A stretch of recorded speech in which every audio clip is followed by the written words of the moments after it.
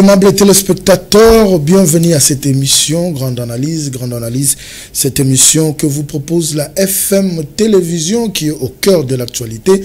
Nous savons tous que l'actualité reste dominée depuis le dernier trimestre de l'année 2023 par les élections, mais chaque jour qui passe, nous avons toujours de nouveaux sujets à développer et entrer aux élections. À ce jour, nous allons de report en report pour la publication de législatives et des députés provinciaux et les conseillers communaux par la CENI. Des invitations circulent sur la toile de part et d'autre. La CENI qui vient pour renier, dire qu'elle ne reconnaît pas ces invitations. Toute la République démocratique du Congo attendait à ce jour. Aujourd'hui, vendredi 12 janvier 2024, la publication des élections, mais la CENI a dit qu'elle n'avait pas promis qu'elle devait publier les élections à ce jour. Les grands médias de ces pays ont publié dans leur journal que la CENI devait publier à ce jour les résultats de législatives, mais jusque-là, rien n'est fait. Et la CENI nous dit qu'il est tenté de continuer de compiler les résultats pour savoir réellement le parti ayant atteint le seuil. Ça reste un suspense, un flou. On ne sait pas à qui profite tout ce temps que la CENI est en train de prendre pour publier le résultat. Nous ne savons pas. À ce jour, il y a des invalidés qui continuent aussi à monter au créneau. Disons que la CENI n'a pas qualité ni compétence de les invalider. Ils sont allés au Conseil d'État. Le Conseil d'État plutôt vient de se déclarer incompétente pour gérer ou traiter ce dossier.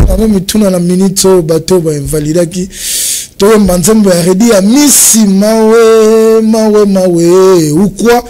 Mais le tout, nous allons le savoir dans les jours à venir parce que je ne vois pas toutes ces grandes pointures de la politique congolaise se laisser faire par la CENI ou accepter facilement la décision prise par la CENI parce qu'ils sont accusés de fraude lors du scrutin et détention illégale de DEV, des dispositifs électroniques de vote.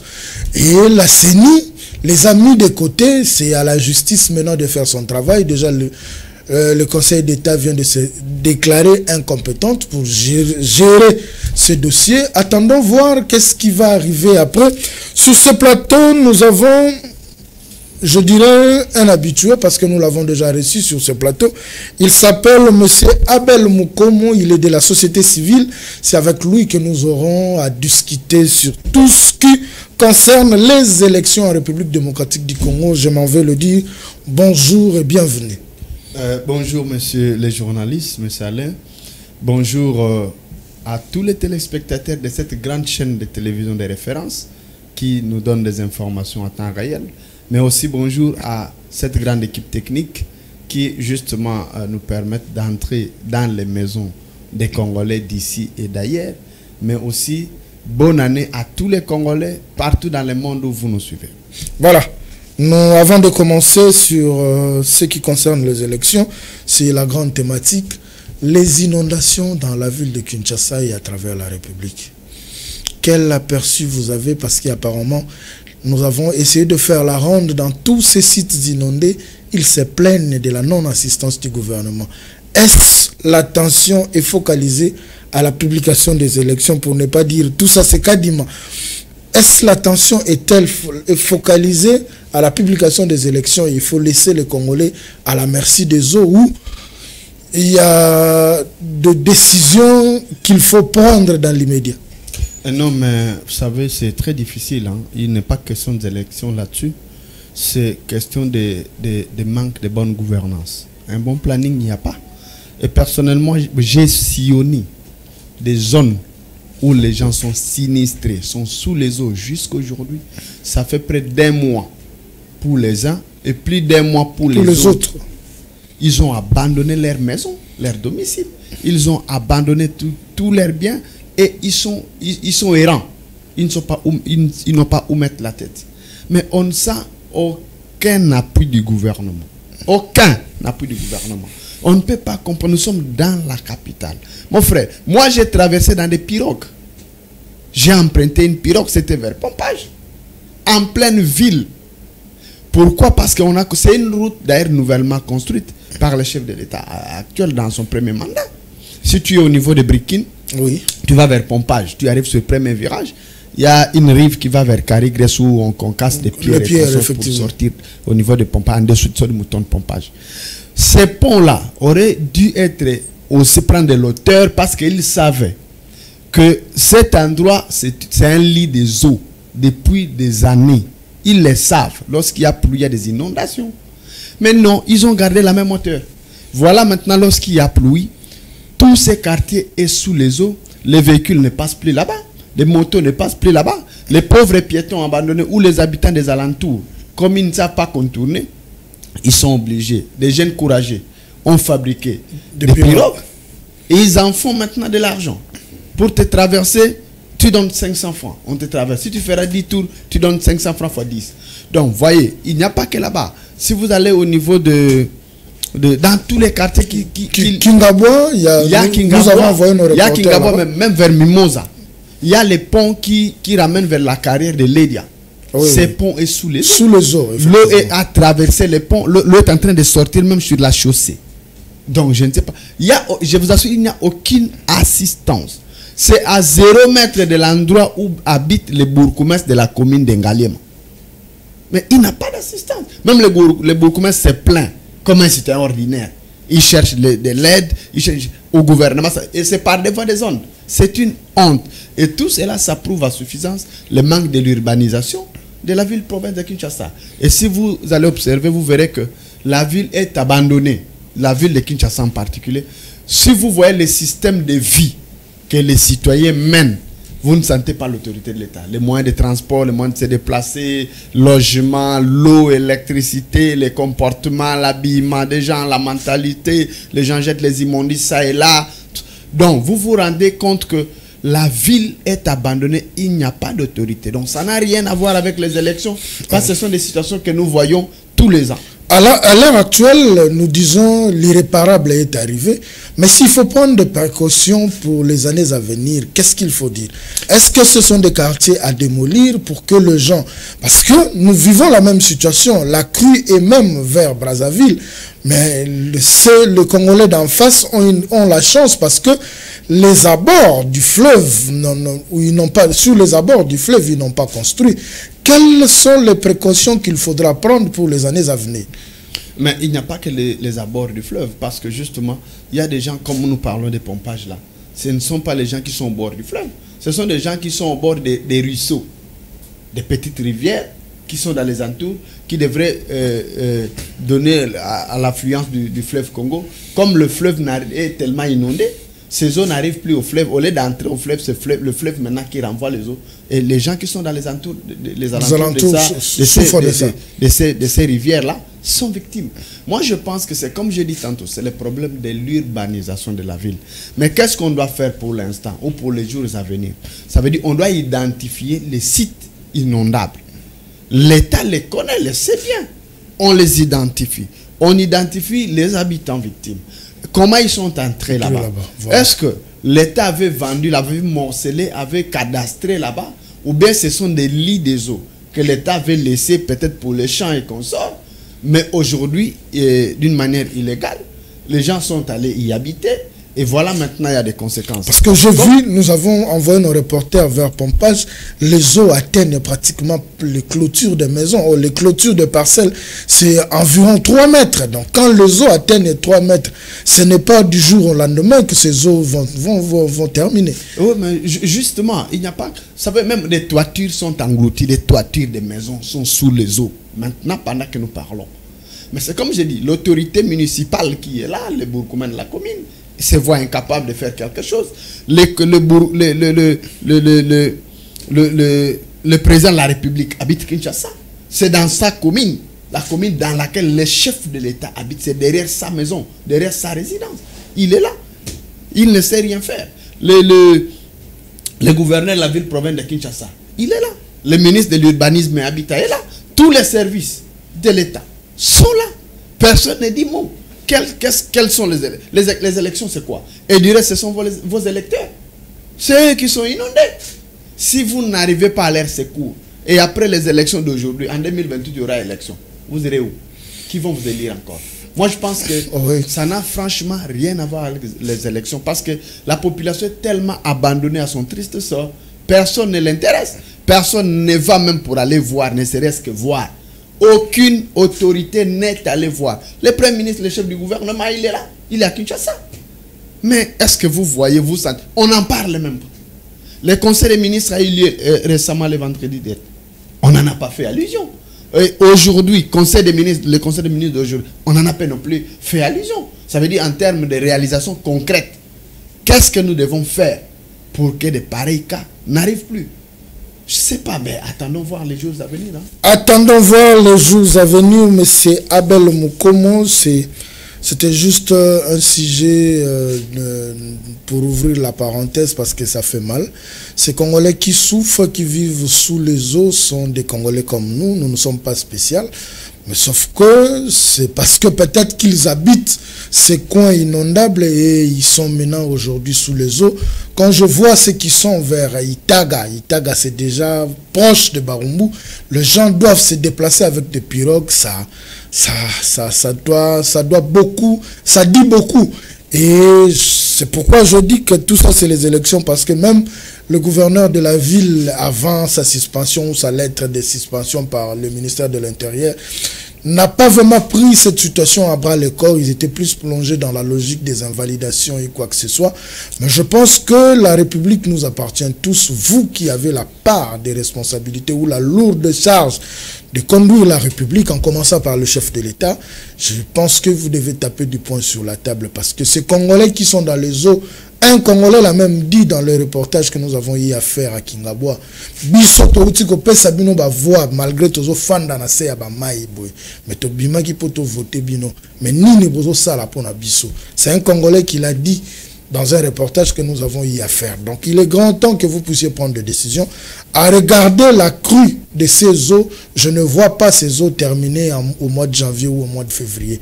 Ça peut aller jusqu'au mois de mars, parce que la RVF avait prévenu en son temps, je crois que c'était au mois de décembre, qu'il y aura la montée des eaux. Mais je pense qu'il n'y a pas eu sensibilisation. Si pour les maladies, la polio, la rougeole, vous faites des sensibilisations, il fallait aussi aller dans cette logique de sensibiliser, parce qu'il y a une vidéo qui est là. Une maison pareille n'est plus une maison habitable, parce que vous n'allez même pas arriver à vous asseoir dedans. Les chaises, je pense que c'est sous les eaux et ça fait très mal. Donc il est grand temps que de grandes décisions et bonnes décisions puissent se prendre, en commençant par le gouvernement central. Vous descendez dans le province, c'est-à-dire le gouvernement provincial ou le gouverneur, parce que ça touche vos provinces. Et quand je regarde Kingabwa, ça touche le vice-gouverneur de la ville de Kinshasa, qui est originaire de Kingabwa et aujourd'hui qui a été notifié qu'il devra faire l'intérim de la ville de Kinshasa. Nous attendons des résolutions, parce que vivre dans ces états, ça fait très mal et ça dérange même la vie des Congolais, parce que ils ne savent plus faire le besoin sanitaire dans les conditions requises. Tous ces faux sceptiques sont sous les eaux et tout cela va se déverser. Donc nous avons des maladies ou des épidémies qui guettent la ville de Kinshasa dans les prochains jours. Et le ministre sectoriel de santé, sociale, vous devez vous mettre au travail. Laissez-nous d'abord la logique de suivre les élections. Mettez-vous au travail, parce que vous travaillez pour ces Congolais. Voilà.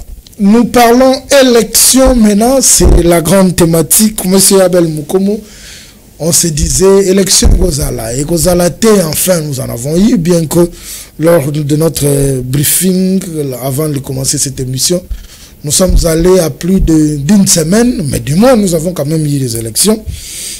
L'on déplore la fraude, mais la Cour confirme Félix Tshisekedi pour président avec 73,47%. Votre point de vue? D'abord, félicitations au chef de l'État pour sa réélection. Mais après, nous sommes allés aux élections pour les élections. Parce que justement, la CENI, jusqu'à la veille de ces élections, on a vu et senti que la CENI n'était pas prête pour nous amener aux élections. Vous êtes journaliste d'investigation. Vous n'avez qu'à regarder bien quelle date la CENI avait réceptionné le matériel des élections. Je n'avais vu aucune vidéo, moi, à ma connaissance. Je me suis rendu compte que ce sont des machines anciennes que la CENI a utilisées justement pour organiser les élections. Pourquoi cette précipitation? Je ne sais pas. C'est bien de respecter la date. Mais entre-temps, tu dis, tu as tout fait pour respecter la date. Mais de l'autre côté, tu dis, tu as débuté en retard. Mais si tu savais que tu avais débuté en retard, mais pourquoi garder la même date alors que les élections n'étaient pas la fin du monde?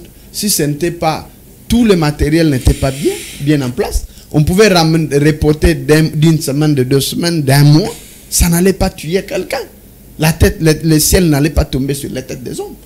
Mais moi, je pense qu'il fallait bien préparer sur le plan technique ces élections. Mais la faute n'appartenait pas à la CENI, forcément. Parce que la CENI était aussi, quand vous dites qu'elle n'appartenait pas forcément à la CENI, elle partage cette responsabilité avec au gouvernement. Parce que c'est le gouvernement qui devrait débloquer les moyens au moment opportun. La CENI avait déjà un calendrier électoral. Oui. Déjà au niveau du Parlement, ils savaient que dans 5 ans, on devrait avoir les élections. Et à chaque année budgétaire, on déversait quelque chose pour les comptes de la CENI. Parce qu'on pouvait avoir les animateurs de la CENI à une année des élections, mais ce n'est pas cela qui allait compter. Ce qui allait compter, c'est les moyens mis à la disposition. Okay. Parce que déjà, il y a une orientation. On savait qu'ils avaient avoir les élections, on pouvait passer la commande des consorts et puis on a les matériels. Malheureusement, ce n'était pas le cas. Moi, je pense que les politiciens ont joué au malin. Ils ont joué au malin et c'est à la fin, quand ils ont compris que ça jouait à l'air de faveur. Ça jouait à l'air de faveur. Ils n'avaient plus de choix. Ils n'avaient plus de choix que d'aller comme ça. Prévenez, vous avez constaté qu'on prend seulement les chantiers de Kinshasa. Les élections, la CENI appelle les gens d'aller en date du 20 décembre aller voter. Oui. Pendant que, ni la veille, conformément à la loi électorale, que le matériel allait arriver à la veille, et que les listes électorales allaient être affichées devant les bureaux de vote à la veille. Cela n'était pas fait parce que moi-même, je suis allé à la veille des élections autour de 17h dans le centre autour duquel j'allais voter. J'arrive là, l'agent de la CENI qui était là me dira que jusqu'à 16 à 17h là, il n'avait aucune liste, aucun matériel électoral. Ils attendaient encore. Alors, le matériel est arrivé le matin, le 20 le matin, c'est ainsi que tout le monde est venu au même moment et on n'a même pas affiché. Mais la CENI a pris cette astuce comme un moyen d'éviter la fraude. Parce qu'il se disait s'il fallait déployer le matériel la veille, avec tout ce qu'il entendait sur terrain, tout ce qui se disait, qu'il y aurait peut-être une grande fraude et qui allait encore entacher plus ce processus. C'est pourquoi il a déployé le matériel le jour même des élections. J'arrive à la faillibilité de la CENI. J'arrive là. Bon, après maintenant, vous arrivez dans la salle devant la salle, il n'y a pas de liste affichée. C'est un policier qui du reste appelle. D'abord, il ne sait pas bien voir, il ne sait pas bien lire les noms des gens. Et ce n'est pas son travail. Il confisque la liste de la main des agents de la CENI. Il commence à chercher les noms et les visages. Le visage qui le plaît, il l'appelle. Alors que la loi dit il faut afficher. Chacun vient, il les regarde. Ça, c'est pour mon bureau. Le matériel était arrivé le matin. On a voté sans problème. Mais pour le reste des bureaux, jusqu'à 14h, il n'y avait aucun kit électoral. Dans certains bureaux, à Kinshasa. Jusqu'à 14h. C'est que moi-même je vis. Ça veut dire que les électeurs sont venus, ils sont attendus jusqu'à fatigués. Les uns sont partis, les autres sont restés. Et le vote a continué à débuter à 14h, 15h, jusqu'à je ne sais pas, à l'aube, jusqu'à qu'est-ce qui s'est passé, je ne sais pas. Je ne comprends pas. Alors que si la CENI tient à inviter les gens, c'est comme si votre épouse a préparé à la maison. Quand il dit papa venez à la table, ça veut dire que la table est prête. Elle ne peut pas vous inviter. Vous êtes sur la table alors qu'elle est encore à la cuisine en train de préparer. C'est inacceptable. Bon, si la CENI avait fait ça pour éviter des fraudes, mais est-ce qu'on n'a pas eu de fraudes? Ce sont des fraudes tellement graves, et alors graves, et de jamais vues. c'est le 4e cycle électoral. Ah oui. Moi qui vous parle, en 2006, j'étais agent de la CENI, j'étais premier assesseur. À l'époque, c'était la CI. On n'avait jamais connu ça. On a les matériaux sont arrivés à la veille. Nous sommes allés en tant qu'agents. On a vérifié les kits. On a vérifié, tout était au prêt. On a qu'est-ce qui n'était pas là. On a coché en présence de tous les témoins. Et le lendemain, on a eu vote sans problème. Du matin jusqu'à... Parce que la loi parle de 11 heures de vote. De 11 heures de vote. Donc, ça veut dire que si le bureau s'ouvre à 6 heures, ça va se fermer à 17 heures ou à 18 heures. Donc, vous fermez. Mais lorsque ça va au-delà, à des endroits incontrôlés, et déjà des machines, c'est dans les mains des individus. Pendant que dans les bureaux de vote ou des centres de vote, on attendait des machines, mais les individus, avec ces machines, dans leurs bureaux, dans leurs véhicules, dans leurs maisons, en train de voter ou de se faire voter. Ce qui est grave. Donc, les machines qui sont arrivées en retard, ce sont des machines déjà votées, déjà utilisées. Arrivées à un certain niveau, on a vu peut-être qu'on a voté à 90%. On amène la machine dans un bureau de vote où vous votez, les 10% qui restent, après on vous dira, la machine s'est éteinte. Il n'y a pas de batterie. Attendez, il faudra qu'on aille, je ne sais pas, réparer. Et il faut, pour les réparer, il faut qu'on la déplace du bureau de vote. On l'amène à un endroit inconnu. Vous arrivez là-bas. Je ne sais pas, on soutire la piste ou on fait comment, on ne sait pas. Donc, les gens n'ont pas voté. On a interdit, on a refusé. Même dans plusieurs territoires, vous savez, les gens n'ont pas voté. Les machines ne sont pas arrivées. Parlons de la fraude. À ce jour, la CENI nous a sorti une liste de 82 candidats que la CENI a invalidés.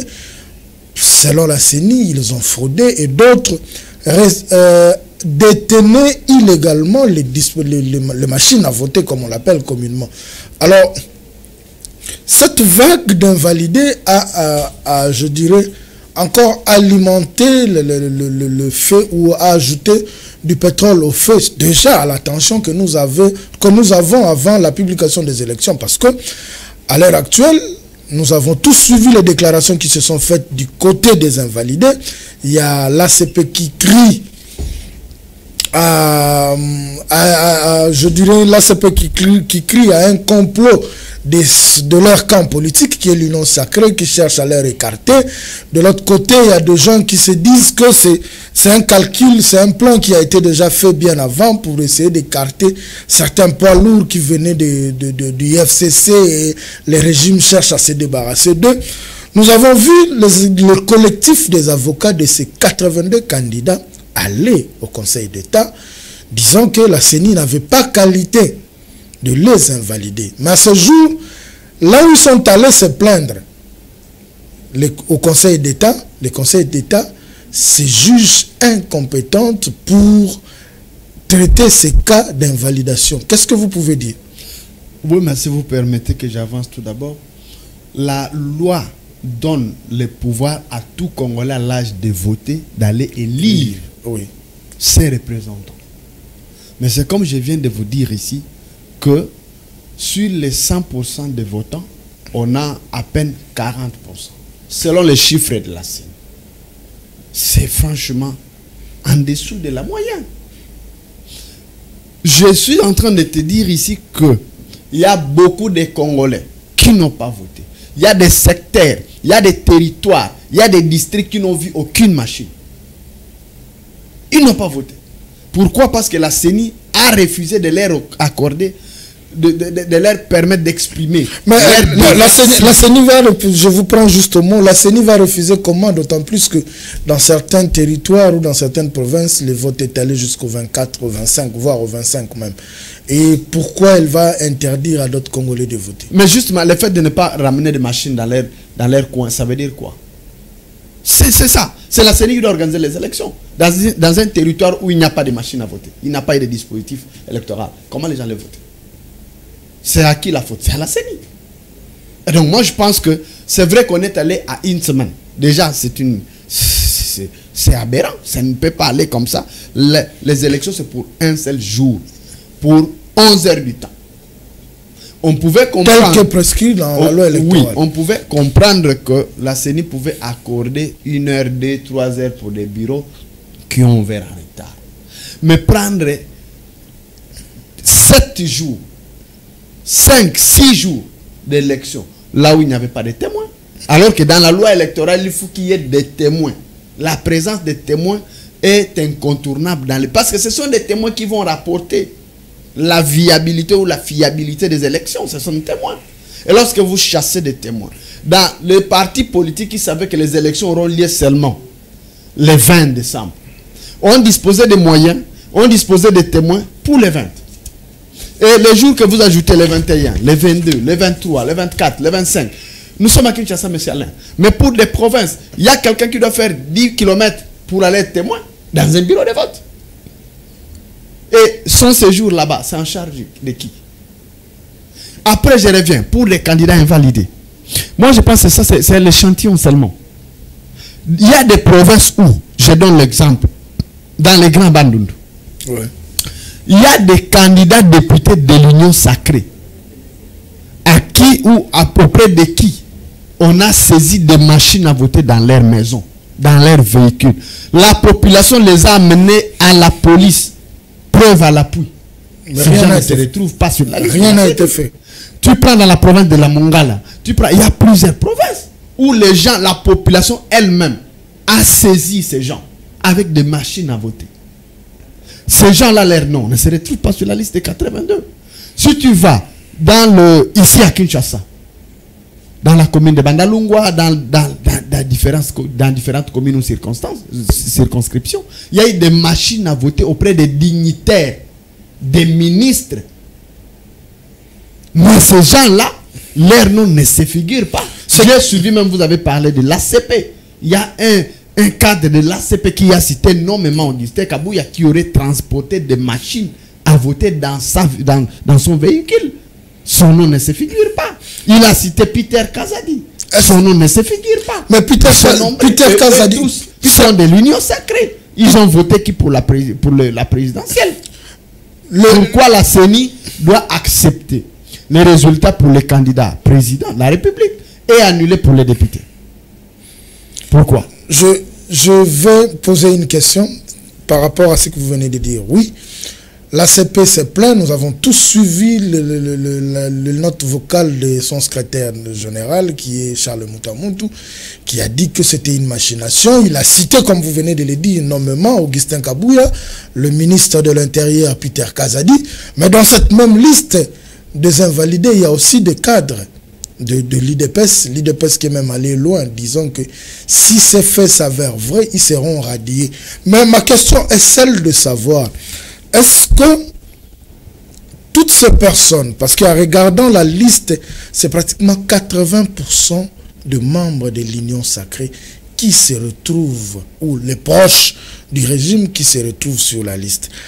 Est-ce que cela ne touche pas à la réputation? Je ne parle pas d'abord du suffrage. Cela ne touche pas à la réputation du président de la République, d'autant plus que ses collaborateurs ou ses proches, parce qu'ils sont proches du pouvoir, sont dénoncés en tant que fraudeurs dans ce scrutin. Ah oui, mais bien sûr que oui. Parmi les gens invalidés, il y a même le ministre près du chef de l'État, du président de la République, qui a été invalidé. Ça veut dire que ces sièges-là, tous avaient des machines. D'abord, comment ils ont obtenu des machines à voter? Ça, c'est la CENI qui doit nous le dire. Justement, la CENI doit nous prouver comment ils ont obtenu, parce que ce ne sont pas n'importe qui. Lorsque vous lisez l'article 46 bis de la loi électorale, la loi dit que aucun candidat ne peut s'approcher des bureaux de vote pour semer des désordres ou d'intimidation aux agents de la CENI, aux témoins et consorts, tout ça. Mais c'est tout ce qui sillonne. Il y a des vidéos qui circulent. Il n'y a pas que des audios. Parce que si c'était audio, vous pouvez nier que ce n'est pas ma voix. C'est pas ma voix, oui. Mais il y a des vidéos où votre visage apparaît. Où les gens eux-mêmes ils parlent des candidats. Ça, tu vas parler d'un montage. Donc vous voyez que ce ne sont pas des montages. Même si ce sont des montages, nous avons fait la communication. Mais il faudra arrêter d'abord. La rumeur, c'est aussi une source d'information. Il faudra suivre ces gens, les arrêter, les interpeller. Et puis faire les enquêtes, voir si seulement, réellement, ce sont des montages. Mais moi, je pense que ça doit entamer ou entacher la crédibilité des élections d'une manière générale. Je ne dis pas que le président Félix n'était pas réélu. Mais le fait que la CENI elle-même déjà accepte les irrégularités, pas les moindres, Monsieur les journalistes, on ne peut pas dire que ce sont des moindres et ça ne peut pas entacher. Non, c'est grave. L'Union européenne a dépêché des témoins.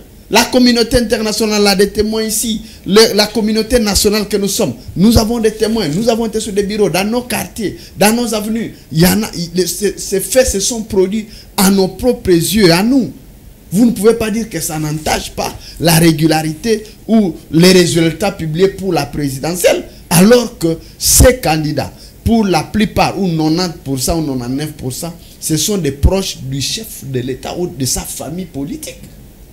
Ce sont des dignitaires du régime en place. On compte des ministres, on compte des DG, on compte des présidents des assemblées provinciales, on compte des gouverneurs, on compte des bourgmestres. De qui on parle ou de quoi l'on parle là? C'est la crédibilité du pays. Ça ne gêne pas, à mon avis, qu'on annule ces élections. Mais parce qu'elles ont été... On a débloqué plus d'1 milliard de dollars. Si les choses ne se sont pas bien faites, c'est ça les conséquences de la précipitation. Donc la CENI pouvait encore attendre, on pouvait aller aux élections même au mois de mars de 2024. Mais c'est comme j'ai dit. J'ai dit au départ ici qu'il n'y avait pas de précipitation à faire. Sur le plan technique, tout n'était pas au point, on pouvait ramener. Mais l'opposition criait le 20 décembre 2023, tout s'arrête, pas une heure de plus ou une minute de plus à Félix Tshisekedi. Est-ce que ce n'est pas aussi cette pression qui a fait que M. Denis Kadima évite qu'il y ait de marches, de villes mortes, de journées mortes? C'est pourquoi il nous a donné ces élections. Non, non, moi je ne crois pas que la CENI devrait avoir peur de l'opposition. Qu'est-ce que l'opposition allait faire? Si la CENI allait inviter les parties prenantes. C'est question de communication. Mais déjà, lors de cadre de concertation, ils ont même refusé à signer le code de bonne conduite. Est-ce que vous pensez que ça allait passer? Oui, mais bien sûr, ça allait passer. On en a fait, on a eu en 2011, on a eu à pousser les élections. En 2018, on a eu à pousser. On devrait avoir les élections en 2016, souvenez-vous. Oui. On a eu une transition de 2 ans. Finalement, on a connu les élections. Est-ce que vous avez vu l'engouement après la publication des élections? Je ne sais pas dans vos quartiers, dans vos... Mais non, la CENI se réjouit. Elle dit qu'à chaque fois qu'on publie des résultats, il y a des véhicules de militaires qui circulent pour disperser les manifestants. Mais cette fois-ci, il n'y a pas eu de crépitement de balles, il n'y a pas eu de militaires déployés pour essayer de disperser le foule ou le badaud venu dans la rue. Donc, selon elle, elle a quand même eu à faire mieux son travail par rapport aux 3 cycles. Non, mais je vous assure qu'il y a eu crépitement de balles. Psychologique, bien sûr. Parce que quand les gens sont frustrés, il y a quoi?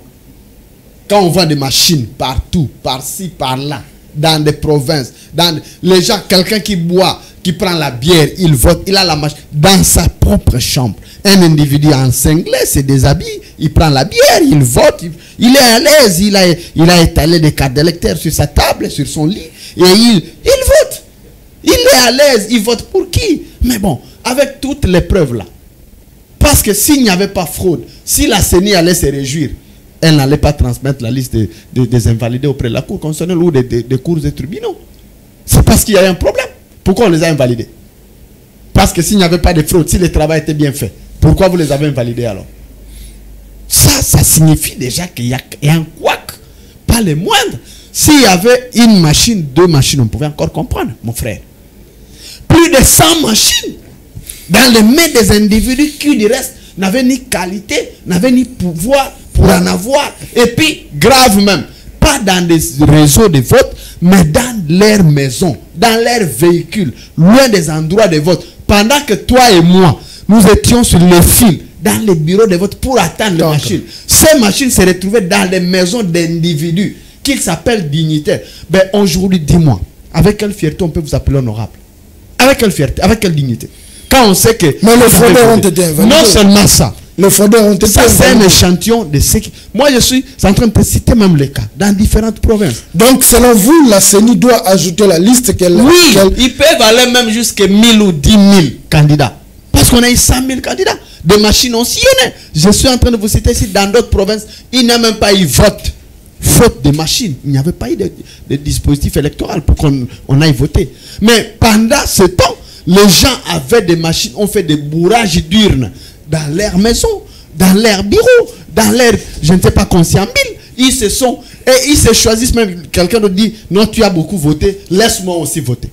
Mais est-ce qu'on trouve ça où? Est-ce que c'est normal dans un pays qui se veut démocratique? Est-ce qu'on peut trouver des... Mais bon, dis-moi, même les investisseurs, quel est cet investisseur responsable qui peut venir déverser son argent dans un pays où les images circulent partout dans le monde? Il y a vol, il y a fraude, il y a même des ministres, s'il vous plaît, des ministres qui vont représenter le pays ailleurs, qui vont signer des contrats de partenariat avec d'autres partenaires. On voit chez eux des vols à grande échelle comme ça. Mais comment voulez-vous qu'aujourd'hui qu'on nous prenne au sérieux? Mon cher, je voyage trop. Tu arrives dans des pays étrangers, tu es congolais, mais on te regarde 3 fois. On te regarde 3 fois. On n'a pas de crédit.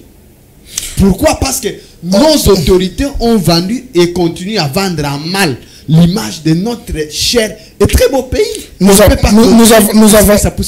avançons vers la fin, mais nous devons aussi parler de l'opposition qui a rejeté toute cette logique d'aller déposer la requête à la Cour constitutionnelle, car selon l'opposition, la requête de la Cour plutôt est acquise à la cause du pouvoir. Nous avons vu Théodore Ngoï essayer, mais sa requête a été jugée fondée mais non recevable. L'autre requête a été jugée irrecevable.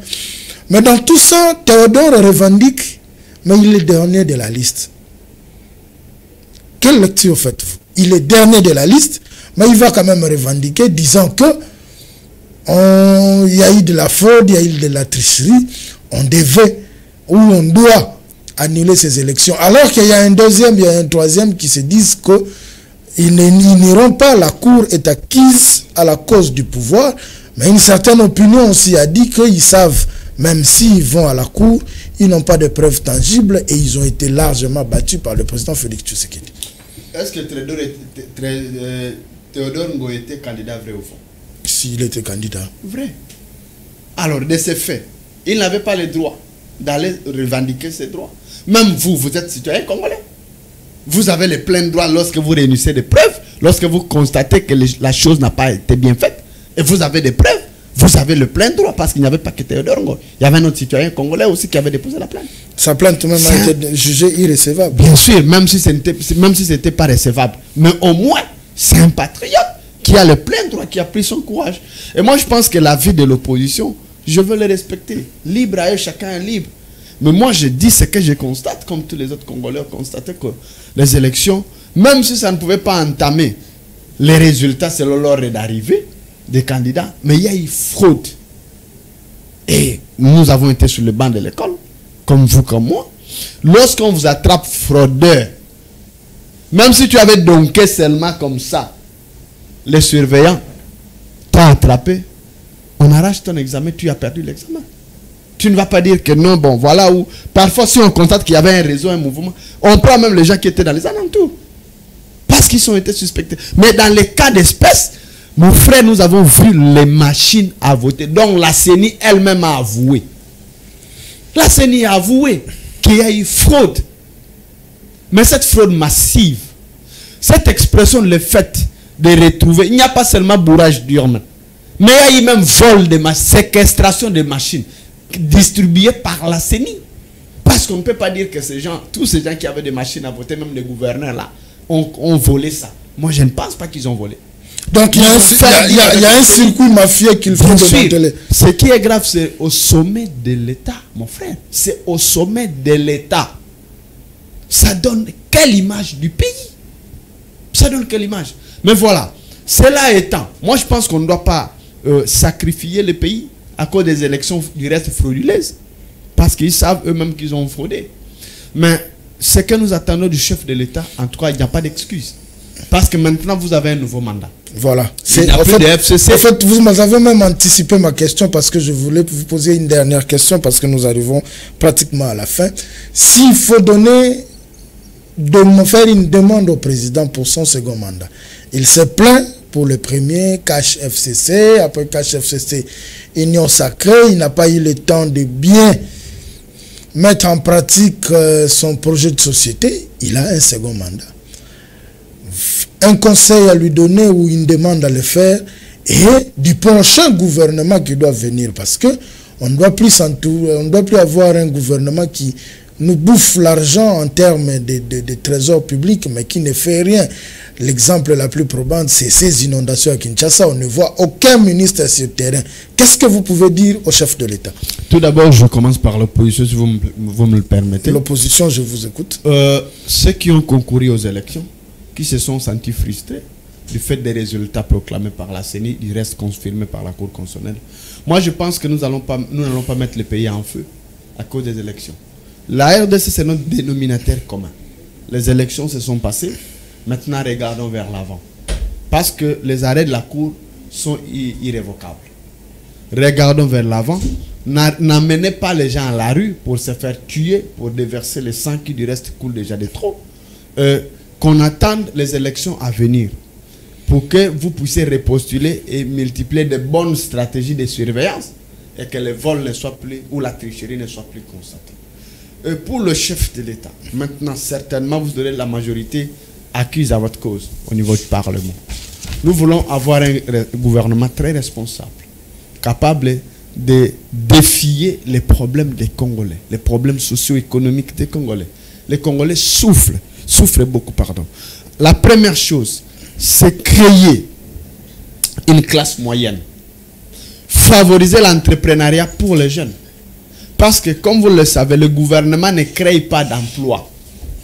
L'emploi est créé par les investisseurs, par les hommes, des femmes d'affaires, par les multinationales, par des jeunes courageux qui peuvent capables de créer des entreprises. Vous renforcez et subvencez les entreprises qui existent déjà. Vous favorisez également les jeunes qui vous amènent des projets de création d'entreprises. Vous leur financez ou des redevabilités pour leur permettre à ce qu'ils créent des emplois. Parce que si je crée par exemple aujourd'hui des 4-5 emplois, j'engage 100 jeunes. Toi, tu crées l'emploi, tu engages 1000 jeunes. Quelqu'un d'autre crée l'emploi, engage 10 000 jeunes. Ça dépend. Cela va réduire le taux de chômage des jeunes. Parce que les jeunes, c'est une main-d'œuvre très qualifiée, mais qui n'a pas d'orientation, qui n'a pas de possibilité, qui ne savent pas où c'est comme ça.